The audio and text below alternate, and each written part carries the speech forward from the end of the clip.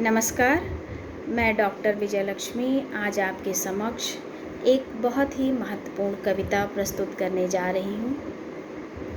यह कविता चिली के महाकवि पाब्लो नेरुदा द्वारा लिखी गई है। मूल रूप से यह स्पेनिश में लिखी हुई है, लेकिन इसका हिंदी अनुवाद हमारे समक्ष है।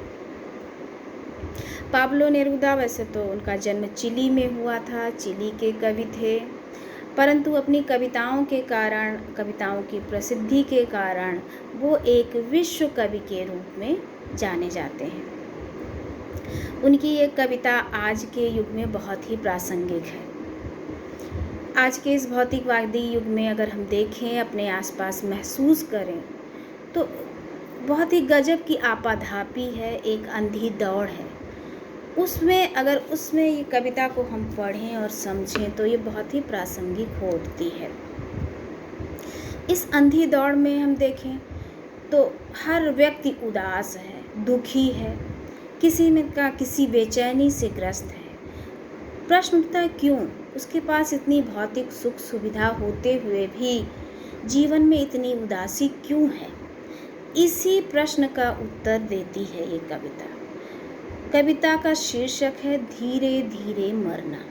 शीर्षक का क्या अर्थ हो सकता है? धीरे धीरे मरने का क्या अर्थ? धीरे धीरे मरना मतलब जीवन में उदासी का बढ़ते जाना, जीवन में जब बेचैनी बढ़ती जाए, जीवन जब बोझ की तरह जिया जाता हो, तो वही क्या है, वो उस जीने की प्रक्रिया में ही हम धीरे धीरे मरते जाते हैं। इसी को धीरे धीरे मरना कहते हैं।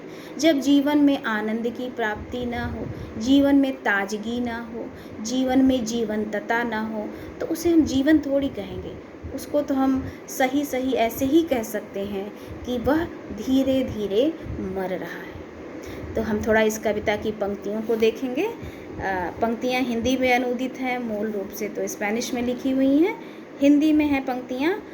वह जो होता है आदत का गुलाम, जो चलता है उसी राह पर प्रतिदिन, जो नहीं बदलता रफ्तार, वह जो अपने परिधान बदलने का जोखिम नहीं उठाता, जो बोलता नहीं और करता नहीं अनुभव, वह मरते हैं धीरे। कवि बताना चाह रहा है कौन मरता है धीरे धीरे, यानी जीवन में भी जो ताजगी का अनुभव नहीं कर रहा है, जो जीवंत नहीं है, वो कौन है? वो हैं जो आदतों के गुलाम हैं। और ये आदतें क्या हैं? हम आदतें किसी दूसरे के द्वारा सीख लेते हैं और जीवन अपना खपा देते हैं उन्हीं आदतों को रोज़ रोज़ पालन करने में। हमारी ना तो जीवन की राह बदलती है, ना तो उस राह पर चलते हुए रफ्तार बदलती है, ना कोई उतार चढ़ाव जीवन में आता है, ना परिधान बदलने का भी जोखिम नहीं उठाते हैं। वैसे तो अपने वस्त्र, अपने कपड़े रोज़ बदलते हैं, लेकिन जो जीवन का हमारा रंग है, जो ढंग है, उसको हम कभी बदलने का जोखिम नहीं उठाते, क्योंकि हम बहुत सुरक्षित होकर जीना चाहते हैं। हम बहुत डरे हुए जी रहे हैं। हमारे भीतर ऐसी क्षमता जैसे लगता है कुंद हो गई है कि हम जोखिम लेना ही नहीं चाह रहे। हम एक अंधी दौड़ में दौड़े चले जा रहे हैं, लेकिन कभी पीछे मुड़ के नहीं देखते कि इस अंधी दौड़ से हमें हासिल क्या हो रहा है। हमारा जीवन क्या और जीवंत हो रहा है? क्या हमारे जीवन में खुशियाँ बढ़ रही हैं या हमारा जीवन बोझ बनता जा रहा है? हमें इतनी भी फुर्सत नहीं कि कभी अकेले में बैठकर हम अपने से ये प्रश्न करें। और फिर उस दौड़ में, अगर उस दौड़ से हमें खुशी मिलती हो, हमें आनंद मिलता हो, तो बेझिझक हमें उस दौड़ में शामिल होना चाहिए। लेकिन वो दौड़ हमें दे क्या रही है? हमें वो दौड़ हमारी जोखिम उठाने की क्षमता को भी खाए जा रही है। हमें क्या दे रही है? वो धीरे धीरे मरने की प्रक्रिया में ही हमें समाहित कर ले रही है। तो इस तरह की गुलामी से, गुलामी किसी भी तरह की हो, कैसी भी गुलामी हो, वो क्या है? जो अपने प्राणों के संगीत से नहीं जुड़ सकता, जो अपने प्राणों की आवाज़ को सुनकर नहीं जीता, वो धीरे धीरे मरता ही जाता है।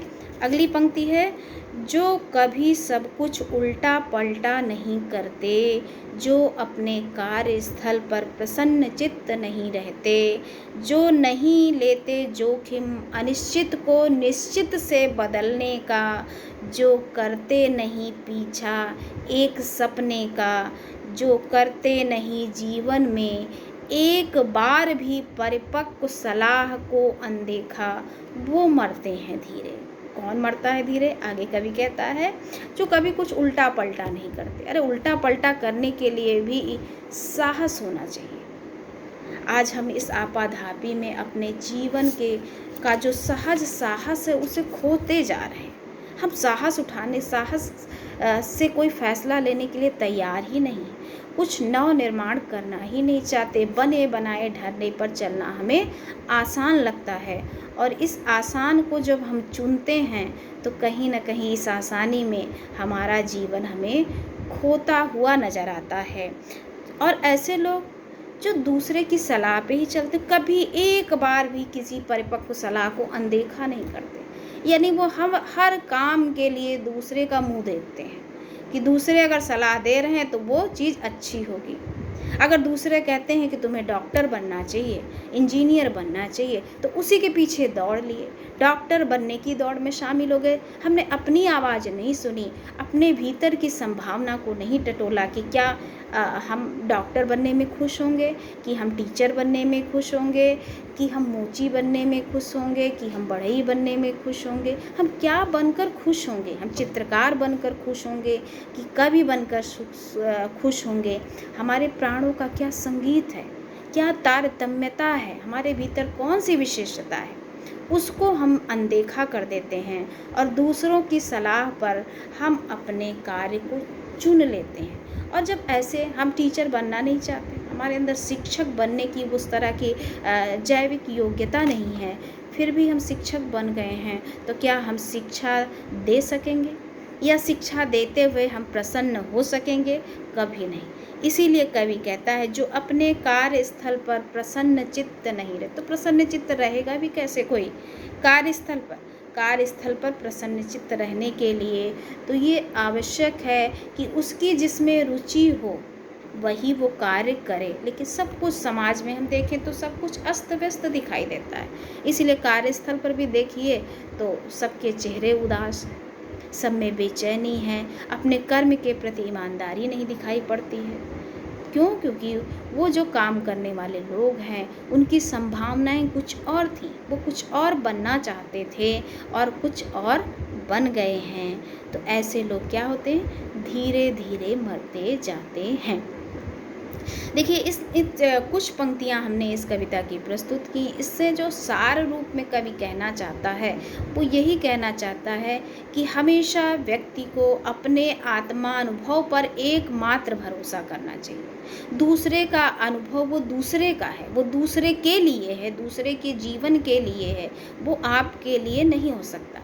आपको स्वयं जोखिम उठाकर अपनी राह निर्मित करनी होगी और उस राह पर चलकर अपने जीवनानुभव को प्रकट करना होगा, प्राप्त करना होगा। दूसरी चीज़ एक और जो कवि कहना चाहता है कि प्रत्येक जीवन नया है, एक नई रचना है। प्रत्येक जीवन की अपनी स्वयं की अंतर्निहित संभावनाएं हैं और वो संभावनाएं तभी व्यक्त हो सकती हैं जब हम स्वयं अपने जीवन की राह को खोजें, जोखिम उठाएं, निर्भय होकर जिएं। ऐसे ही मैं इन पंक्तियों को जब पढ़ रही थी तो मुझे महादेवी वर्मा की एक पंक्ति याद आती है, पंथ होने दो अपरिचित, प्राण रहने दो अकेला। ऐसे ही सर्वेश्वर दयाल सक्सेना एक नाम है, हिंदी साहित्य में कवि के रूप में जाने जाते हैं। हम कहते हैं, लीक पर वे चले जिनके चरण दुर्बल और हारे हैं, हमें तो हमारी यात्रा से बने ऐसे अनिर्मित पंथ प्यारे हैं। तो गौतम बुद्ध भी एक सूत्र ऐसा ही देते हैं, कहते हैं, अपदीपो भव, अपना दीपक स्वयं बनो। यही कुछ भाव हैं पाब्लो नेरुदा के इस कविता में, और इसको हम हृदयंगम करके ही इस विश्व को सुखमय बना सकते हैं, समृद्ध बना सकते हैं और जीवंत बना सकते हैं। धन्यवाद।